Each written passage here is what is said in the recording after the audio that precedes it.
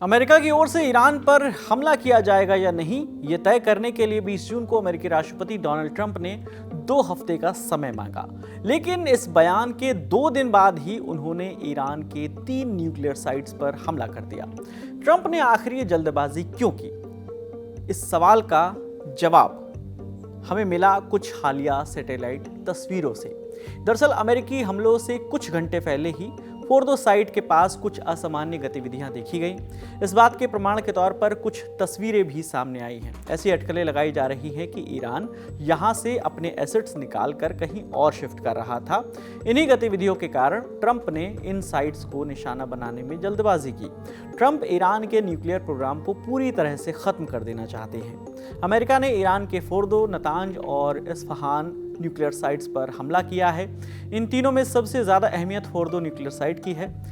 इसके खास होने का कारण है इसकी लोकेशन। इसे ईरान की राजधानी तेहरान से करीब 120 किलोमीटर दक्षिण पश्चिम में एक पहाड़ से 80 से 90 मीटर नीचे बनाया गया है।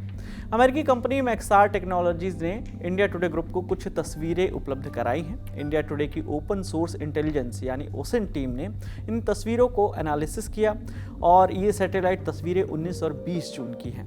फोर्दो साइट की 19 जून की एक तस्वीर में साइट के बाहर 16 मालवाहक ट्रकों को देखा गया।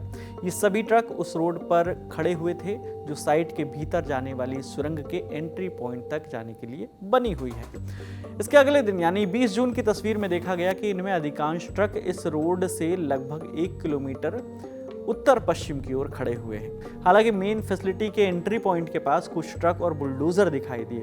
इनमें एक ट्रक मुख्य सुरंग के एंट्री पॉइंट के ठीक बगल में खड़ा हुआ था। 13 जून को जब से इजराइल ने ईरान पर हमले शुरू किए हैं तब से फोर्दो साइट की कई सैटेलाइट तस्वीरें ली गई हैं। लेकिन अभी जो हमने आपको तस्वीरें दिखाई हैं उन्हें छोड़कर किसी में भी इस तरह की असामान्य गतिविधियां नहीं दिखी हैं। अमेरिका के हमले के बाद ईरान ने कहा कि अमेरिका ने उनके न्यूक्लियर साइट्स पर हमला किया है, लेकिन इन सुविधाओं को उतना नुकसान नहीं पहुंचा है जितना कि ट्रंप दावा कर रहे हैं। ट्रंप ने दावा किया है कि अमेरिका ने ईरान के तीनों न्यूक्लियर साइट्स को पूरी तरह से ध्वस्त कर दिया है। ईरान ने कहा कि इलाके में किसी तरह का रेडिएशन नहीं हुआ है और लोग अपना जीवन सामान्य तरीके से जी सकते हैं। अंतर्राष्ट्रीय परमाणु ऊर्जा एजेंसी यानी IAEA उसने भी इस बात की पुष्टि की है। उन्होंने कहा कि हमले वाले इलाकों के रेडिएशन लेवल में कोई अंतर नहीं दिखा है। वहीं ईरान की परमाणु ऊर्जा संस्था AEOI उसने कहा कि इन हमलों के बावजूद उनका न्यूक्लियर प्रोग्राम नहीं रुकेगा। इस मामले में आगे जो भी अपडेट आएगी हम आप तक लेकर आएंगे। आपके लिए तमाम जानकारी लेकर आए थे हमारे साथी रवि सुमन। कैमरे के पीछे हमारे साथी प्रशांत है। मेरा नाम विकास वर्मा है। देखते रहिए दी लल्लन टॉप। शुक्रिया।